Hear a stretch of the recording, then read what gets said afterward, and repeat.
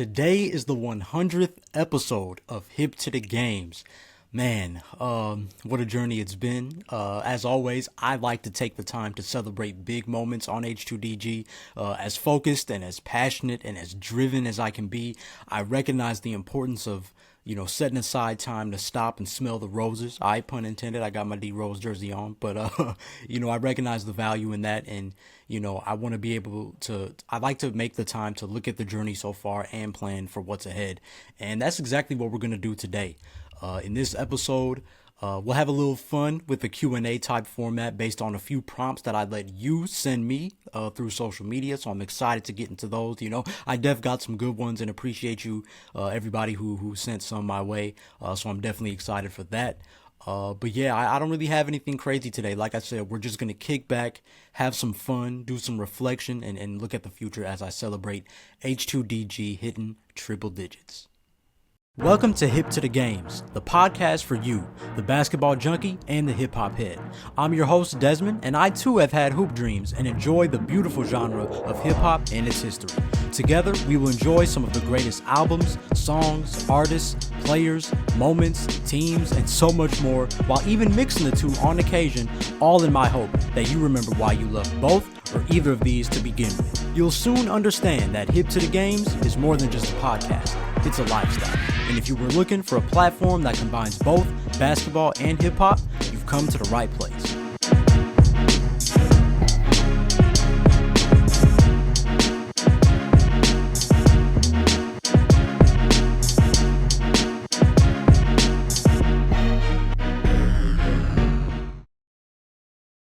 Welcome to this special episode of Hip to the Games. Shout out to you if you happen to be a loyal listener and know that you are indeed hip to the games. All right. I certainly hope that you've enjoyed the journey so far as we reach yet another milestone of 100 episodes. But if you do happen to be new to H2DG, all right, welcome to the fam. I'm so happy to have you here, especially for a milestone like this. If throughout this episode you do like what you're hearing, be sure to hit that subscribe or follow button on whatever platform you're listening on or watching on, and just make sure you stay tapped in with all things hip to the games. And of course, before we get into today's episode, I gotta get my pregame shout outs out the way. The first one always going to the creative director, Jesus Christ, for another H2DG episode. All right, it's always a blessing to get in front of this microphone and do what he's putting me to do, especially again doing this for so long now. As H2DG almost hits 4 years, 100 episodes, almost 4 years, he's been the creative director every step of the way, allowing me to do it 100 times now. So I always got to give my glory to him. And then the second one goes to my 19 Media Group family, as it's always a privilege to represent the home team. It's been an honor to represent them for about 70 of these 100 episodes. So definitely be sure to follow 19M Group on Twitter, 19 Media Group on Instagram and YouTube to follow everything going on with the network. We have a variety of shows around sports, music, culture, hosted by independent, passionate podcasters. And I'm sure you can find another teammate of mine to support, whether it's through likes, comments, reposts, listens, reviews, social media, any kind of any kind of support is seen and felt on our end. Like I said, we're in the independent game, so any of that stuff is always appreciated. And I know I can say from the heart that I appreciate all of it, regardless of what it is. And with all that out the way, we can get right into today's episode. All right. So if you haven't noticed, like I said, I always try to do something lighthearted and fun for these milestones. In the past, there were a couple times I brought Devon and Johnny on. Other times I've done some solo stuff. But for the most part, I always try to celebrate the occasion and give myself a chance to sit back and enjoy the journey in the midst of all the tunnel vision that I have a lot of times. And while I've wanted to do this specifically for a pretty good while now, I thought it would be cool to let you participate this time and do a sort of Q&A style episode where you give me some questions / topics centered around basketball and hip hop, of course, and I answer them right here on the show. No pre-planned thought process, none of that. So that's what we'll get into today, and then I'll end the episode with some personal thoughts on the podcast journey so far, with a look ahead a little bit at what's next as well. So again, a pretty lighthearted show, shouldn't be too long, but again, all in the effort to celebrate the big 100. All right. So let's get into it. I had a few participants for the Q&A, so shout out to you. You know who you are if you see your question pop up on the show, or if you're listening, you hear your question on the show. I definitely appreciate that, as this is something that I would love to do more down the line, especially as the show grows. So I got a few right here in front of me. And we're gonna get right into it. There are definitely some ones that made me think, just upon reading the question initially. And I thought it was pretty dope that all of them are genuinely centered around hip hop in some way, which shows just how I think more universal and personal music is compared to basketball, as universal as that is as well. But I thought that was dope that a lot of them were hip hop centered. So, but no worries. There's still a little bit of hoops in there as well. So without further ado, let's get into the first question I got. Past and present. If you could pair one hooper with one artist for a track, who would you choose? An example of this they gave specifically would be Juju Watkins and Kendrick Lamar's GNX. The song, I presume, GNX, not just the whole album. Which to me is, that right there is a fire comparison. Like with that darker, kind of unorthodox yet grimy GNX beat with some Juju Watkins highlights, I think that really like resembles her persona on the court as well. She's a very like reserved player. She isn't the flashiest, but at the same time, her game is very loud. She gets grimy. She plays defense. Her defense is really just as good as her offense. So I really like that comparison. So if we're doing past and present, that's tough. That's really tough. Because there's so many people you could think about. I will say that one of my favorites to do has always been like Kevin Garnett, DMX, What's My Name. And I kind of did fuse that when I did episode 29 with D Skills Harris, and we did the basketball player and hip hop artist comparisons. And with the social media teas, I did that for KG, and because I just feel like they're it's kind of what Kobe used to say, right? Like different animals, same beast. DMX and Kevin Garnett were one and the same in that regard. They brought so much energy and grit to their art. And so like off the top, if I'm thinking a past player like Kevin Garnett, DMX, What's My Name is like that's one that's really one of my favorites. And then like picking a present player, it's interesting. That's really interesting. I kind of want to go the young route too, like pick somebody like a Shea Gilgeous-Alexander. Man, that's a really good one. That's a really good one. Hold on. You got to give me some time to think. All right. Look, I put so many guests on the spot in this seat, and now here I am on the spot, and this is only question number one. Man, what could I do? What could I do? Let's think. Shea Gilgeous, smooth game, more reserved personality, but again, kind of like Juju, a very loud game. It's interesting. It's interesting. For some reason, if I'm thinking of Shea Gilgeous-Alexander, for some reason, "Love" by Mos Def comes to mind. It's one of my favorite songs off his album Black on Both Sides. It's one of my favorite songs to listen to on repeat. It's a very smooth record where Mos Def is like expressing his love for hip hop, right? It's a smooth beat. It's subtle, right? It's not high energy. And to me, that's like a lot like Shea, like dominant guy, dominant on the stat sheet, but very subtle and smooth with his game. So off the top, those are my two. Past player would be Kevin Garnett, DMX, What's My Name, and then the present would be Shea Gilgeous-Alexander, and then Love by Mos Def. Now, it would be tougher for me to think of a more current song, if I'm honest, because so much of me, again, my old soul. So if I would have to do some extra thinking to think of like a more current song as opposed to a past song, but that, at least to answer the question outright, that would be my pick for past and present players.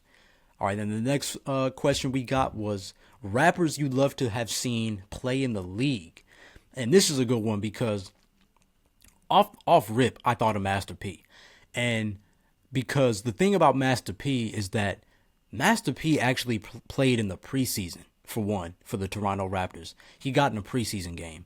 Number two, in that preseason game, Master P was getting his shots off. Like, that dude, he made a couple threes. The crowd started going crazy. Like, and the look on his face after he made those threes, it wasn't just like, oh yeah, I'm a rapper and I scored my first NBA point, probably my first and only NBA points. Like, the look on his face was like as if Master P wasn't even a thing. Like, he was genuinely an NBA player trying to get his spot on the team.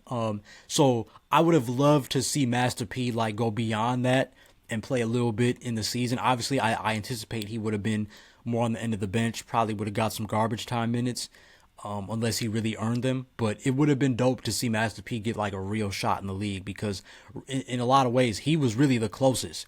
And like, as far as like not just some charity game or anything like that, this was like legit a preseason game. He got in, could have easily, if they liked him that much, could have easily, been in rotation. So yeah, I would have loved to see him like actually contribute for the Raptors for a whole season.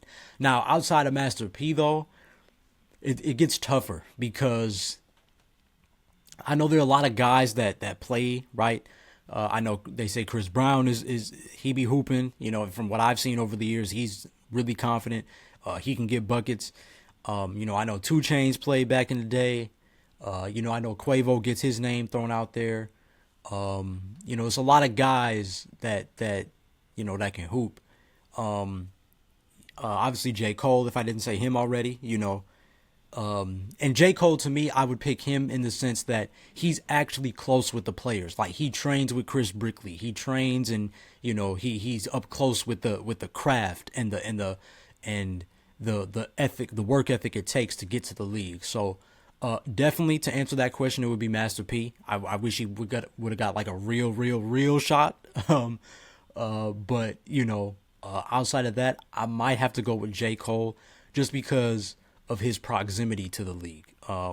Yeah, I think he would have a more legit shot than some of the other guys as far as opportunity. And obviously him going to Africa, playing over there, it took a minute to find his footing.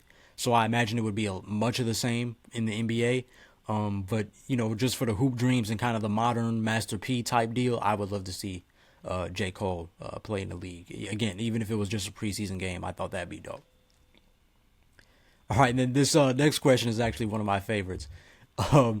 Straight up, why is Luda so underrated? And man, that is one for the ages. Why is Ludacris so underrated as an MC? All right, let me see. I think it's because his personality. Luda was always a boisterous, outgoing character in hip hop. Obviously, it showed a lot in his music videos. He had like, again, he had the blown up fist and like the blown up shoes, right? He was always a character, always creative with his music videos, even his album covers, right? He was a character.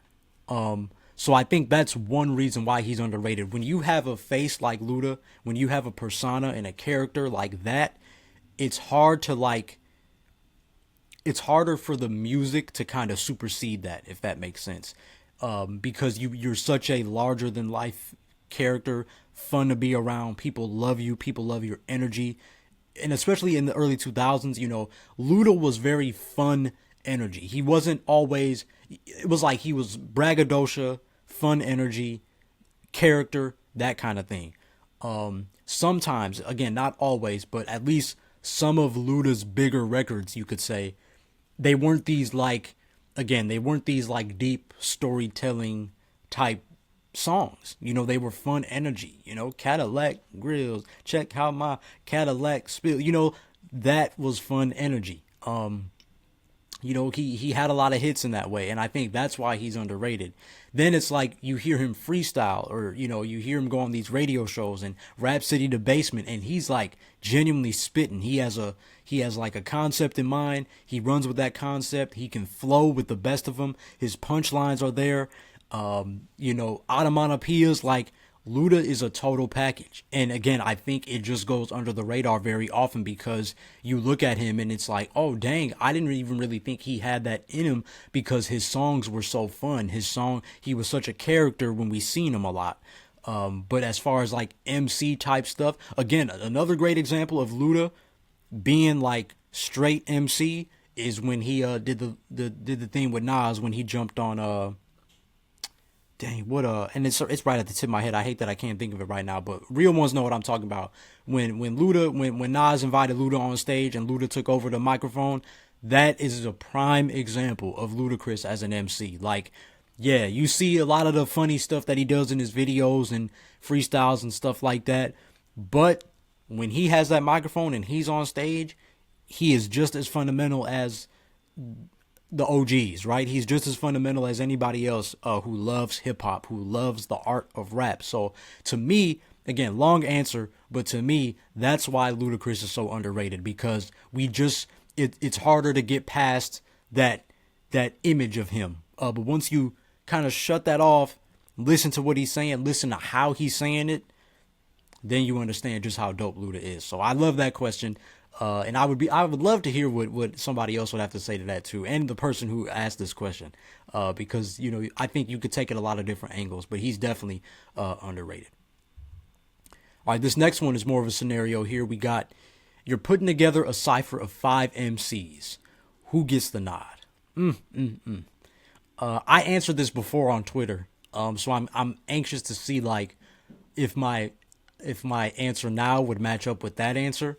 But off top, the two I think of would be Skyzoo. Shout out Skyzoo. He just dropped his album Keep Me Company.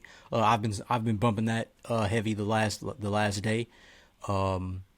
I've always said in the recent years, if I could rap like Skyzoo, I would change careers. I would like Skyzoo is like the perfect blend of like he's smooth, and a lot of artists who have those jazz influence type sounds on their songs are always some of my favorite. Again, Common, Mos Def, Skyzoo, Guru, Gangstar. Like him and DJ Premier played with a lot of jazz when they weren't doing the heavy boom bap stuff. So like I just have a thing for those songs and those styles and like his confidence, his bravado and his storytelling, and he like there's always the joke with him in hip hop, like, he's like the ultimate ghostwriter, like this dude, he knows how to tell stories. He knows how to use words. He knows how to, he has vivid vocabulary, I would say, in the sense of not on some like Talib Kweli, like random page in the dictionary type deal, but I mean like vivid vocabulary. And, he's not just going to say stuff and thing, right? Like he's going to detail everything he's telling you. He's going to tell you how the walls, the buildings in Brooklyn look. He's going to tell you what the bodega smells like, right? Like he's going to tell you how the streets sound, that kind of thing when I say vivid vocabulary. So I would love Skyzoo to be a part of that. As I said, I would love kind of fitting in the same style. I would love Mos Def to be a part of that because, again, I think Mos Def, you get, or I should say Yasin Bey, when you listen to some of his stuff away from like his conceptual songs, like he's very intelligent. His concepts are very dope, but I love hearing him rap. Again, I think a more modern example of him like rapping is what's it called, like Peppas or Preppas or something like that off the Griselda joint, West Side Gun and them. They had Mos and Talib on that joint, and Mos was rapping, you know what I'm saying? And I love when he gets in that bag. So I think him, Skyzoo, let's see, I got 3 more. And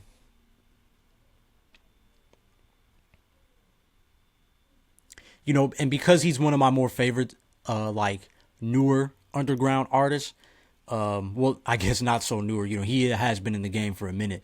But fitting with that style, I'm gonna go Marlon Craft. Again, he dropped a little project, recently, called The Long Game. He has pretty much some singles that he dropped, recently, and some throwaways, I think. Well, not throwaways, but just some, whatever, was hitting his inspiration at the time.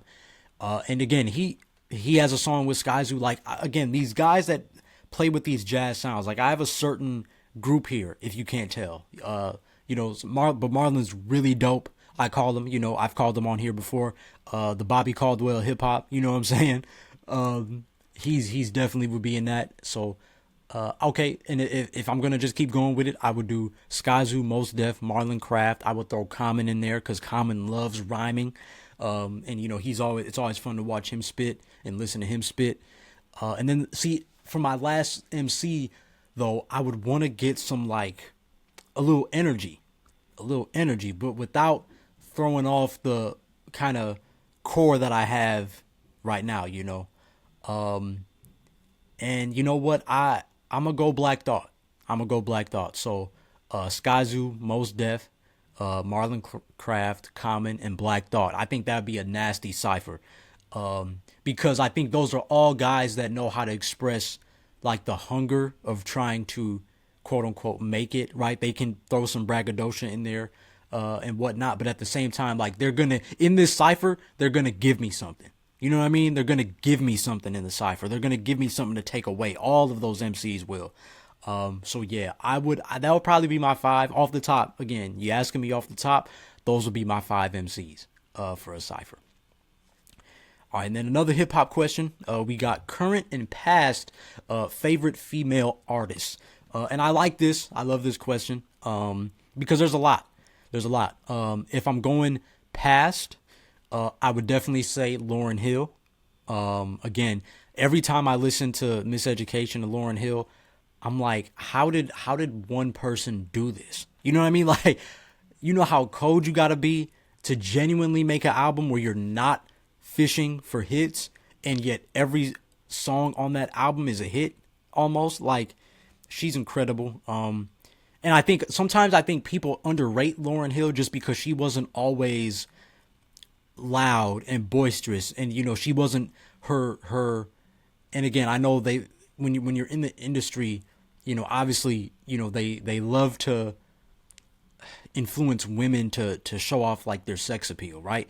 But like Lauren's was like subtle, it was subtle. It was, and it was her intelligence, it was her diction, it was her ability to express everything she was feeling in an articulate way.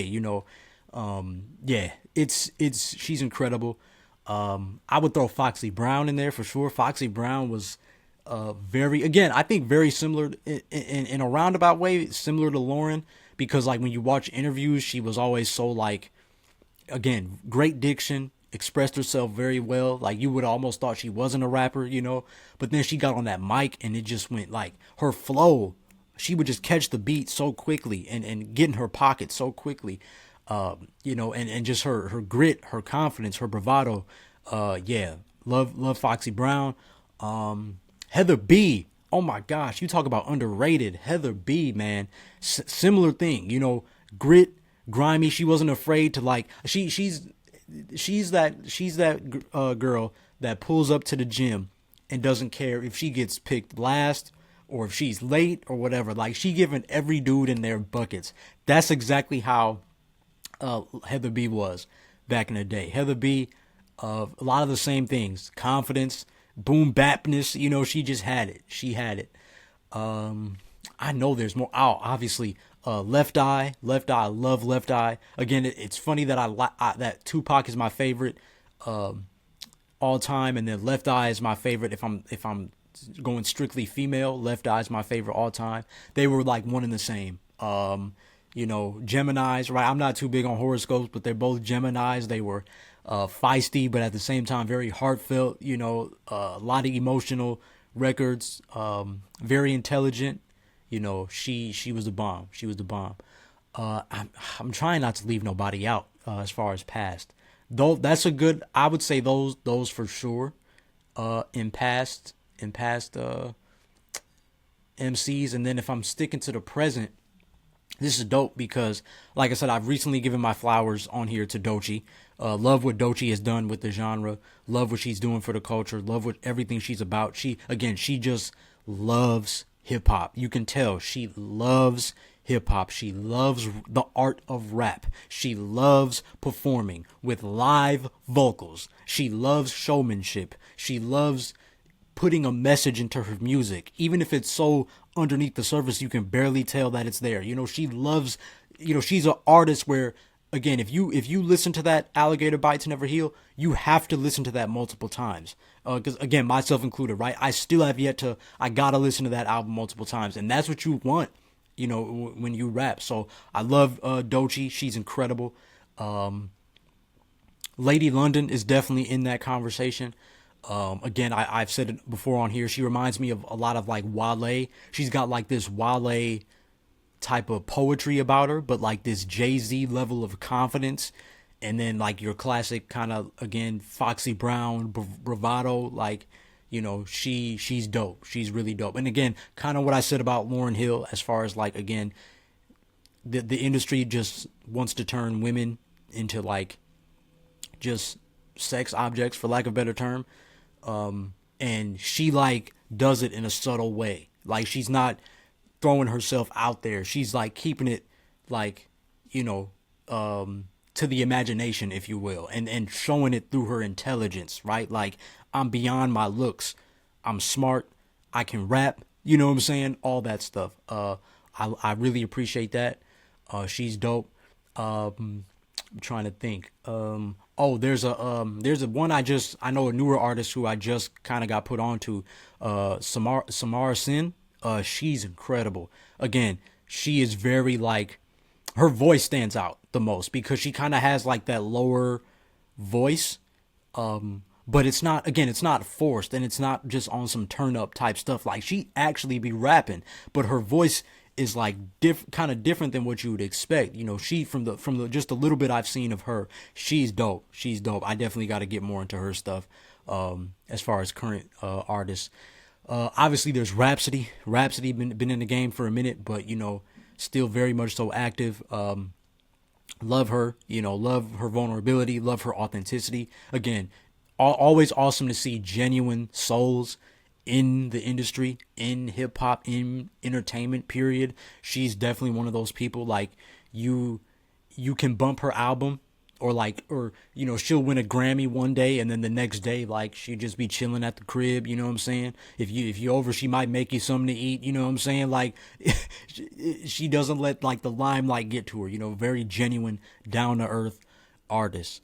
Obviously, Tierra Whack rapping. She be rapping. Again, you can get lost in her image, in her personality, and she's outgoing, but she be rapping. Loves the craft, loves the nerd aspect, loves playing with flows and cadences and bending words and wordplay. She's the bomb. She's the bomb. So that's a few of my favorite current and past favorite female artists. Like I said, I'm sure I'm forgetting folks, and I'm going to be thinking about it as I edit this episode, and then wish I had included them. But those are my favorite female artists for sure. They're doing their thing right now. They doing their thing. All right. Thoughts on Kendrick's new album. This is dope because I actually was able to do a little project about GNX for 19 Media Group. So that should be, I anticipate that should be out very soon, if not already by the time this episode drops. But I was able to share a lot of my thoughts and go a little bit more in depth on that. I mean, granted, that's why you didn't see anything on Hip to the Games. That's why you didn't see anything on my solo YouTube channel, because I was doing something for 19. But again, that'll give me this opportunity to share my thoughts on it. And it's a lot it's what a lot of people are saying. It is just really incredibly well put together and sequenced. It's LA through and through, right? Even if you're somebody like me, if you're not from LA, if you're not from California and you have no idea, you know what I'm saying? You can't point to anything he's saying in that regard, but you still can like get with the themes and the messages, the spiritual maturity that he shows in Reincarnated, and then the self-love and affirmation that he offers on Man at the Garden, right? That's something, again, if I'll share on here too, that song specifically, it's dope to see, especially a black man, confidently say, I deserve it all. We deserve it all, cause, and especially for me as somebody, especially in my mid 20s, where I'm still in that stage of being my harshest critic. Um, it almost gave me permission to at least start to think about changing my mindset and saying that about myself, because it can be hard, to admit that, hey, I deserve this, I deserve this. It sounds arrogant. It sounds arrogant, but at the same time, you got to be real with yourself sometimes and say, like, yo, like, I put in the work, or even just naturally as a human being, I deserve A, B, or C, right? That to me was the dopest part. Obviously the Luther sample on Luther. I mean, TV off. If you follow me on social media, you know that this song I've been addicted to. It's just so addicting. It's not like us as little brother. And then the first track, the first track, Whacked Out Murals, that is like perfect, like fighter, walk out to the ring energy. The build up of that song, and just it's got that energy to it where you just like, I wish somebody would try me today. I love Kendrick's album, man. It's, again, I'm trying not to be a prisoner of the moment, and say like, oh, this is his best album, because I don't think it's quite there, but like, just the ability for me to like listen to that album and not have content brain and be like, oh, I got to do this for Hip to the Games and do that for Hip to the Games and put this on my solo channel and make sure people know that I think this way about, like, to just sit back and enjoy the music. That was my favorite part. Like, usually when that stuff happens, because again, I was knee deep in my Wu-Tang album review, and all I could think was, oh my gosh, Kendrick, why would you drop when I'm doing this? Like, I was so knee deep in that. It took me a few days to actually sit down and listen to the album. And so I was kind of like, all right, Des, well, we got to get ready to put something out on Hip to the Games. Like, your people will want to know what you think about this album. But then surprisingly, I was just really able to enjoy the music. It's nice to sit down and enjoy the music. Especially, like I said, as a content creator, as a podcaster, it was nice to just enjoy the music and not have an agenda with it. So this Kendrick album is awesome. Very much so LA. It makes you jealous of folks that are LA and they know how to see walk from birth, but I love the Kendrick album. Love the Kendrick album. Very dope. Very dope. Next one. Take a rap group and decide how they would fit best as a basketball team. That's fire. That's fire. I mean, obviously you could say the Wu-Tang Clan, they literally got like 9 members. So, and shoot, when ODB was still here, you have literally a rotation, a whole entire basketball rotation. Now, as far as their basketball skills, I'm not too sure about that. But see, okay, let's really get into it though. Let's really get into it though, because Wu-Tang has the most depth. And they do got some height. I think Capadonna's pretty tall. I think Method Man's pretty tall, at least if I'm not mistaken. I think Inspector Deck is pretty tall, if I'm not mistaken. Like, they got, they got some dudes. They got some dudes who at least would fit like the physicals of basketball. Part of me thinks Onyx, right? Onyx, they're aggressive. They made Slam, right? That's one of the most used songs for basketball in hip hop history. But they strike me. They're very, with Fredro Starr and Sticky Fingers and all them, like, they're very aggressive. I would love to put those two guys on like the perimeter. I know on defense, I would be set because I got those two guys who are just animals, defensively. Man, I'm trying to think though. A Tribe Called Quest, I love them, but they don't strike me as ball players, man. I'm sorry. Not at least basketball players. Maybe they can play baseball or something, but I don't know. I just don't see them as hoopers. So I honestly want to go like Wu-Tang Clan because, like, again, I'm still thinking of other groups. 3-6 Mafia. They could, I see them more football than basketball. This is so funny to think about. I'm trying to think, man. I'm trying to think. The Locks. The Locks would be a great 3-on-3 tournament type deal. You know what I'm saying? You got Jada. I think Jada at the 1. Styles at the 2. You got Sheik down low. I think they be dope. They be dope. Yeah, that's a good question. That's a good question.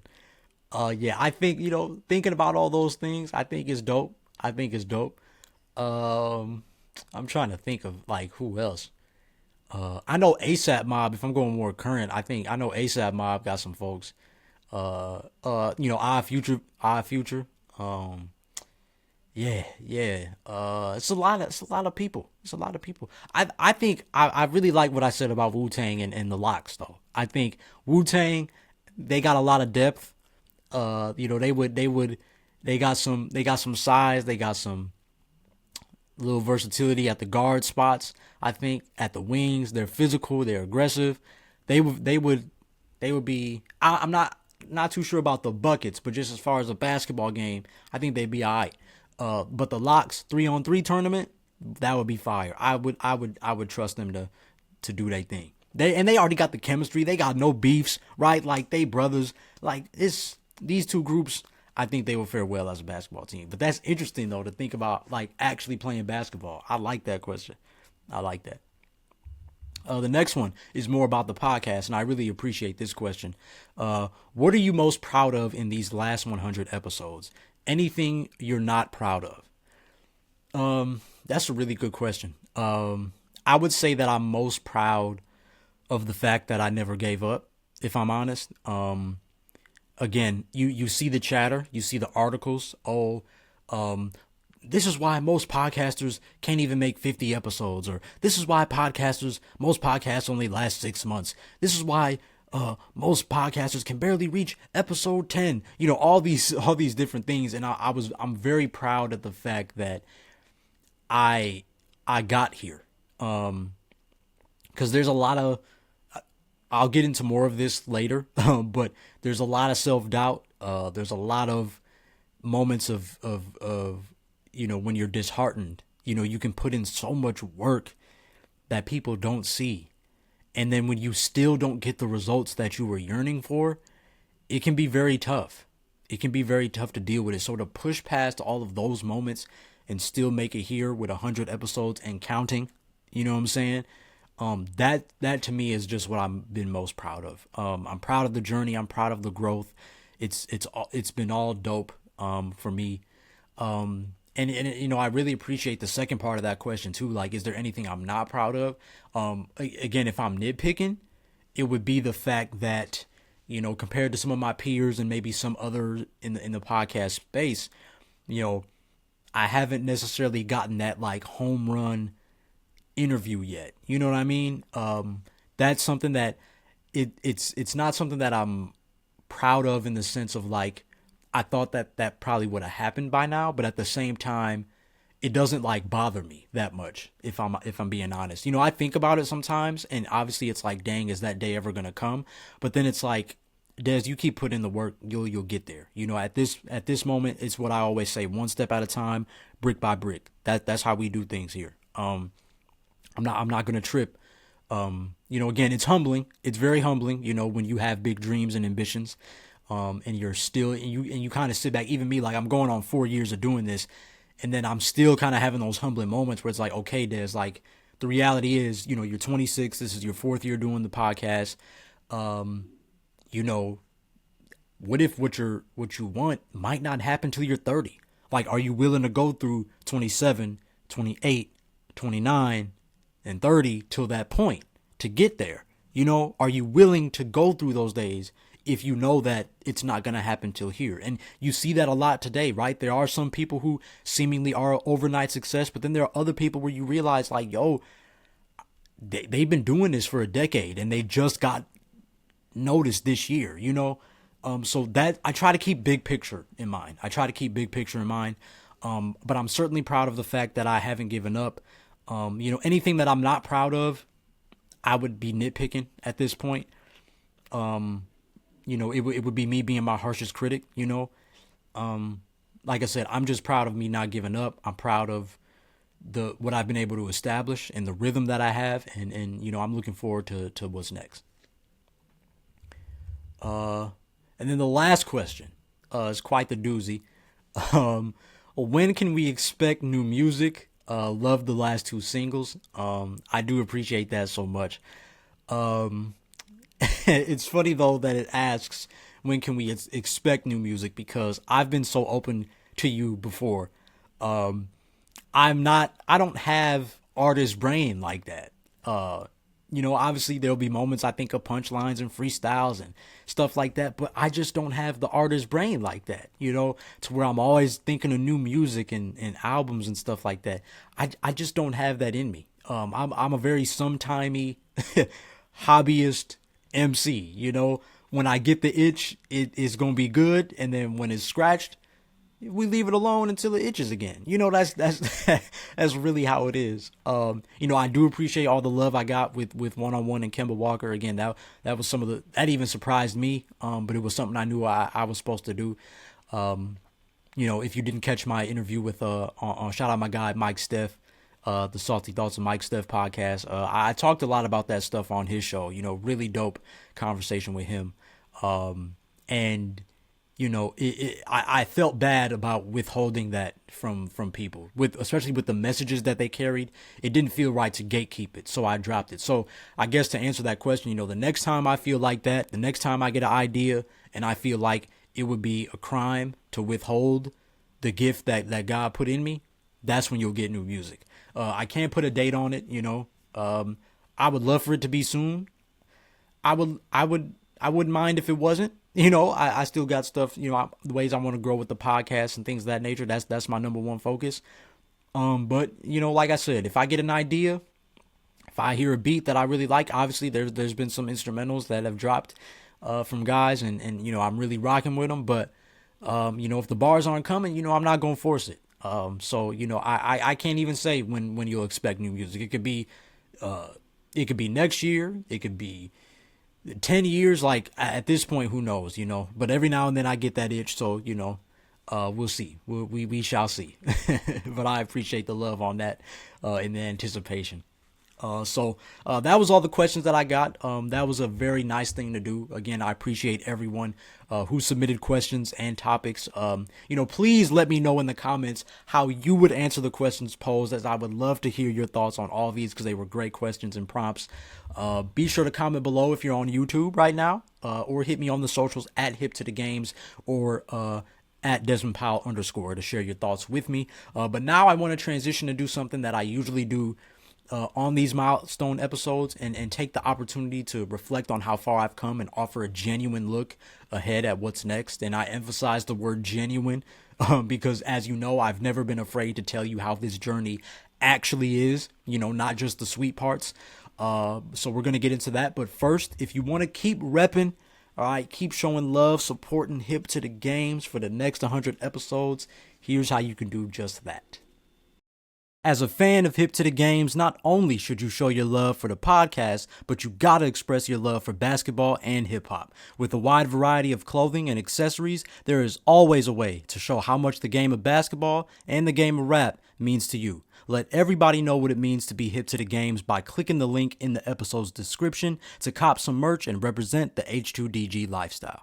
All right, welcome back to episode 100 of Hip to the Games, where I'm now going to take a minute to reflect on this journey and give a little preview of the future. As I reflect, the one thing I always look back on is how I vividly remember sitting down to outline the first few episodes of the podcast, and I had 3 episodes down and my mind just went blank. And that's when the reality hit me of like, Des, how are you going to do this? Like, will you even be able to hit 10, let alone 5 episodes? And then internally, there was some panic there, thinking about that, some nervousness of how I would fare as a podcaster. But at the same time, there was that boldness of, well, I guess we gonna find out, huh? And gradually, I quickly hit 10 episodes, then 15 episodes. Then I took a break, got some podcast wisdom, was doing my homework, studying, watching film, proverbially, right? And then picked it right back up. A new format, new energy, right? Next thing I know, I'm at 25. By episode 30, I joined 19 Media Group, who has helped me with merch and sponsorships, dope connections, so many things that I knew I would be able to do solo, things that I knew were on the horizon, but like God knew that I needed community, and that I can't just always be a one-man fast break. Again, that's something that I've done to a fault. I felt like, I've expressed that on one of my song breakdowns, right? Like, for Kemba Walker in one-on-one, like I just kind of struggle with that. You know, I get a little Mr. Incredible a lot of times. You know, I work alone, kid. You know what I mean? Like it's easy to get like that.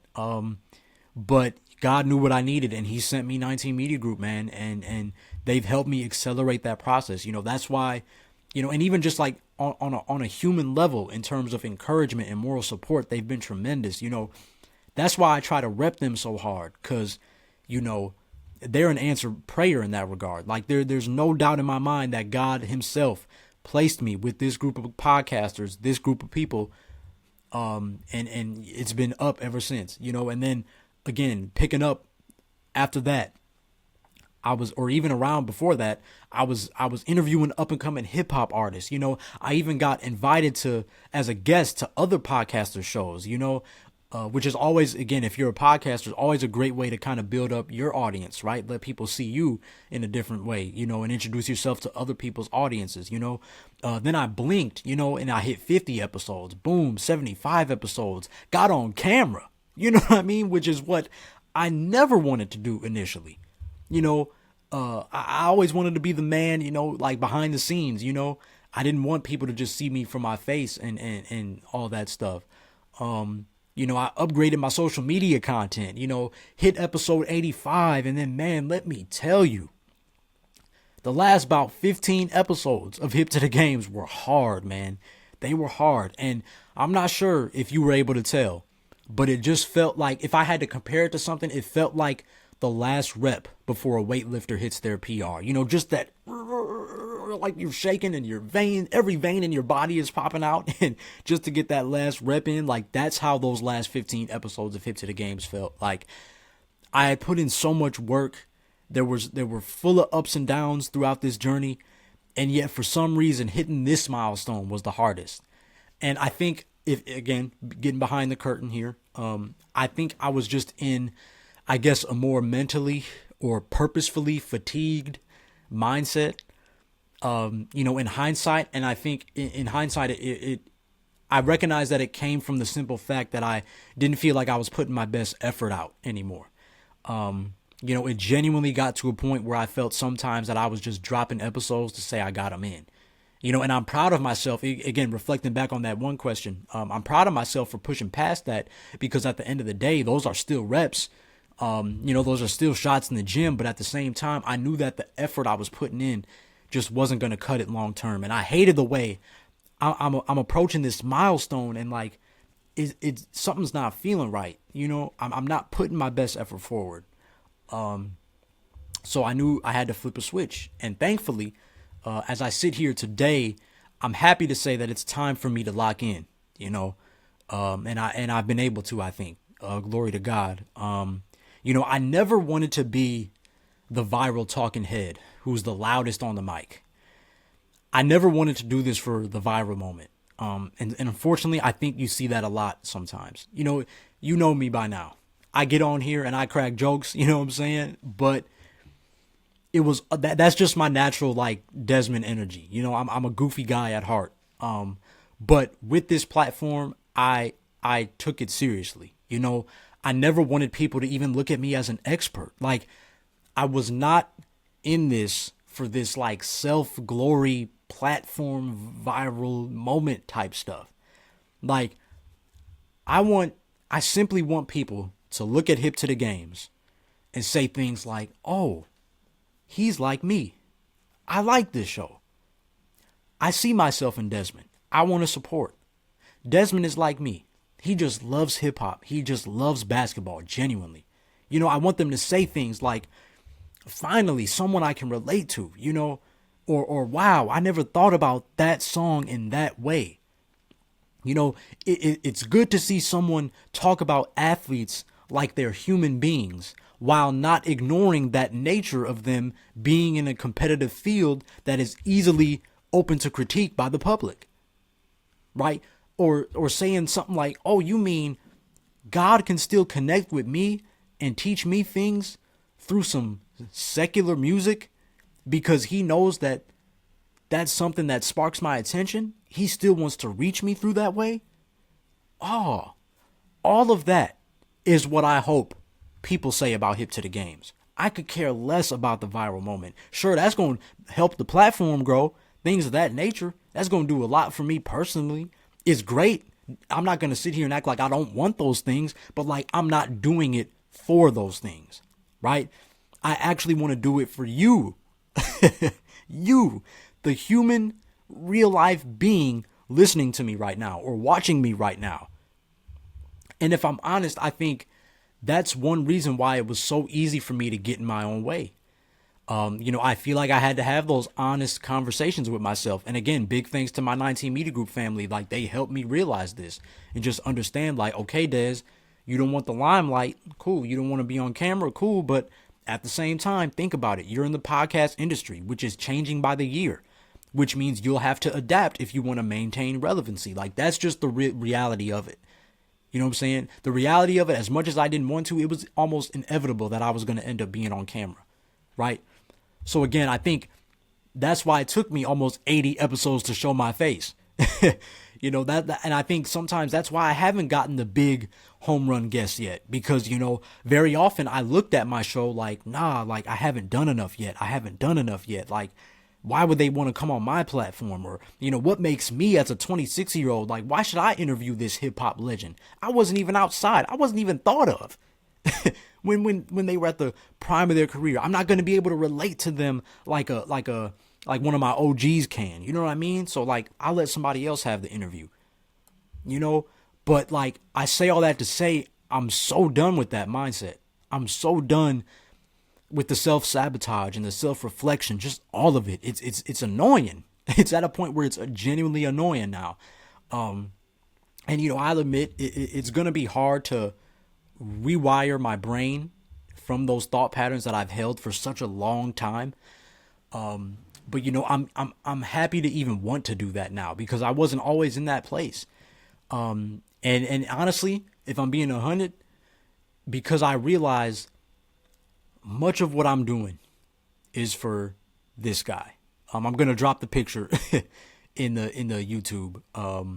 But so much of what I do is for him. And for those listening, it's a picture of younger me. The same hope, joy, and excitement that is just glowing in this young kid and that dwells in this young kid. That same energy dwells in me today. That's another thing I'm proud of. Like, I never let my inner child go. And I think that's why, if you notice, all my social media pages have featured profile pictures of my younger self, because over the years I realized, like, it serves as a reminder of who is with me as I live and create this life, right? All of my dreams come from that little boy. So it would be bogus of me to upset him.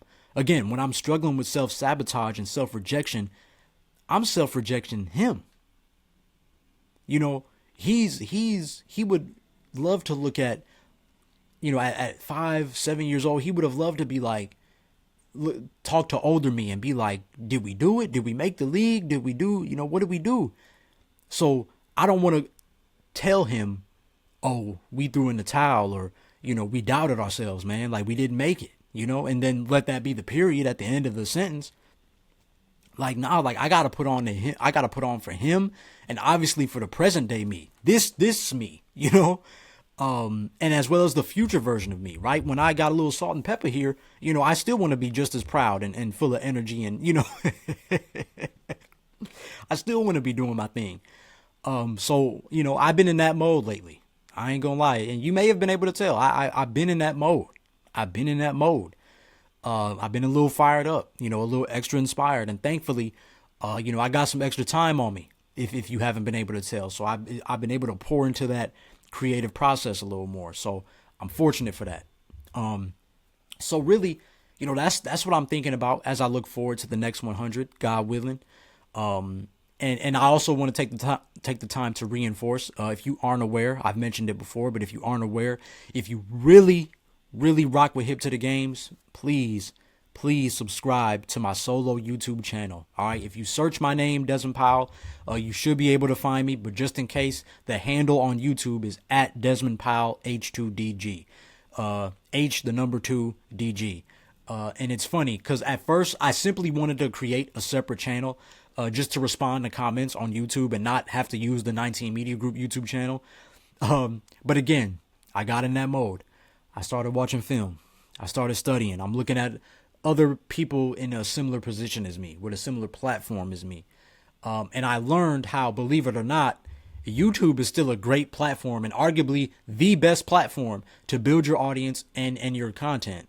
And so that's when I was like, maybe this just doesn't have to stop right here. And if you're an OG fan, like a real OG fan, you may remember when I started H2DG Shorts, which were supposed to be shorter audio episodes. But I soon realized I talk too much to be doing that on a consistent enough basis. So H2DG Shorts did not last very long. And there were a couple of those shorts were still almost an hour long. So yeah, that did not last long. So essentially I say that to say my solo YouTube channel is essentially H2DG Shorts revived, but strictly on YouTube, while truly trying to keep up with the current events across basketball and hip hop. So it could literally be anything. Thoughts on NBA games or news, hip hop albums, new music projects, whatever. I've even thought about repurposing some sections from past episodes and kind of uploading here. Like, hey, remember when we talked about this? Remember when I said this? Like, yada yada. Like, there's so much random stuff that could pop up on there. So, and that's what I'm excited for. And just being able to kind of fill in those moments in between H2DG episodes where, it gets quiet because of the bi-weekly schedule. It gives me time, not only like off the mic, like it just gives me time to live life, right? But it's going to give me time to be like, okay, H2DG may not have an episode this week, but you can still hear from Desmond Powell. That's essentially what I want to do with the YouTube channel. So at some point in the near future, I want to establish a rhythm to where, again, if you're not seeing much on H2DG, you already know you can go check out the solo channel and see if anything news popped up on there. Like I said, I love talking hoops. I love taking on that responsibility of making sure hip hop is in good hands. Like so many people in and behind the scenes have done all these years. Like, I want to carry that torch. I don't want them to have to worry about where hip hop is going to be when I'm in my 50s and they, are going to be elderly or, even beyond that. Like, just, I want to take that. I take that seriously. And this channel is going to allow me to hopefully do that, but in a more laid back, short form kind of way. Cause I gotta be honest too. I haven't uploaded on that channel in a couple weeks and that wasn't really my initial plan. But it's hard being hip to the games, man. I haven't talked about that enough. It's hard being hip to the games. For example, like I said, when Kendrick dropped, I couldn't even make a video on it because I was knee deep editing the Wu-Tang album review. And I gotta edit it. Mind you, it's almost 2 hours long. I gotta edit it, make it look good. Cut out all the long pauses and things of that nature. Keep my computer alive during the almost 4-hour encoding process, right? Those who edit the videos will know what I'm talking about. Like, a 2-hour episode is going to take 4 hours to encode. And, if your laptop is off too long, it's just going to be weird. It's going to say your thing is going to take like 30 hours. It's just a mess. I got to make the thumbnail. I got to pick out what social media clips I'm going to use and then create those social media clips, add the captions, add the music, like, and mind you, whole time I'm doing all this, I'm not even watching basketball. And so then I'm in my feelings like, dang, like I've been out the game, like literally, like I haven't kept up with everything that's going on the way that I would like to, because I'm on the other side of the H2DG spectrum right now, And I know what you might be thinking, oh, Des, just turn the game on while you work. No, because 100% of my focus was on the Wu-Tang Clan. Again, I'm a focused individual. Like, how can I make this review the best it can be? And then when I'm in that mode, it's hard for me to work and watch hoops because I'm such a detail-oriented dude. So it's like I can't drift my focus too far off. And then even on the flip side, right? Like, I'll get heavy into basketball and I'm in my zone and I'm, spitting all the facts and I got the highlights and, I'm watching the full games and I'm seeing things, right? And trying to evaluate. And then on the flip side, So many people are dropping hip hop projects and albums and singles, and I haven't listened to anything. So now somebody's like, "Oh, Des, what'd you think about this?" It's like, I have no thoughts because I just watched every NBA Cup game this week, and I'm detailing what I saw and how this team might make it to the NBA Finals and this team ain't. Like it's hard being hip to the games, man. It's hard being hip to the games. So if you're ever wondering, I wonder what Dez thinks about this, or why hasn't Dez talked about this yet? That's probably what's going on behind the scenes. I'm stressing over the fact that I haven't talked about it yet, and I need to, But, I joke a lot, but at the end of the day, the plan is to do exactly what I've done for H2DG, just in a shorter format with that solo YouTube channel. So make sure you subscribe, make sure you show some love, comment, likes, reviews, the whole nine. Just as you would with the podcast, I encourage you to do that with the YouTube channel. And believe me, even when I say that, I know how it is. I struggle with the balance myself. Believe me when I tell you, I struggle with that balance myself. We live in a world where it seems like everybody has a link in their bio. Everybody has a business to promote, a product to sell, a ear they're trying to reach. But again, I say, if you really, really, truly, really rock with me and hip to the games, it would be so much appreciated. Just as I continue to try to find ways to grow this audience and find more people like us who would like this kind of content. Okay, I'll never get up here and act like I'm perfect. I'll never get up here and act like I'm the only person you should be listening to. None of that. But it gets fun over here. It gets detailed over here. It gets dope over here. And, I want to find more people who are going to appreciate that and help me grow this into like a real community, So that's what all this is for. That's really all it is. So yes, it's been a good 100. I'm thankful for every single time you engage with me, every single time you like the post, every single time you posted a comment, whatever it was. Especially as a smaller podcaster, it just means so much more than you know. So much more. I can't say it enough. I can't say it enough. And I'm hoping and praying that the next 100 are even better. Like I said, H2DG turns 4 in February. So as always, I'm trying to enjoy this journey that feels fast and slow at the same time. As always, here's a shout out to you. Whether you've been H2DG for all 100 episodes or are just now joining the fam, I appreciate you. Thank you for tuning in, all for the love of the best combo there is. Thank you, Jesus, for the past 100. Please continue to protect and order my steps for the next 100. As I always pray for your guidance, your influence, your will of success to be done despite whatever my feelings are. And as Nip said, man, marathon continues. Peace out and God bless. Hope you enjoyed this episode of Hip to the Games, and if you enjoyed this episode, be sure to hit up the socials at Desmond Powell _ and at Hip to the Games on Instagram, Twitter, and TikTok so you don't miss out on the fun. And please follow or subscribe to the show and leave a review on the podcast platform you're on right now, as your support is greatly appreciated.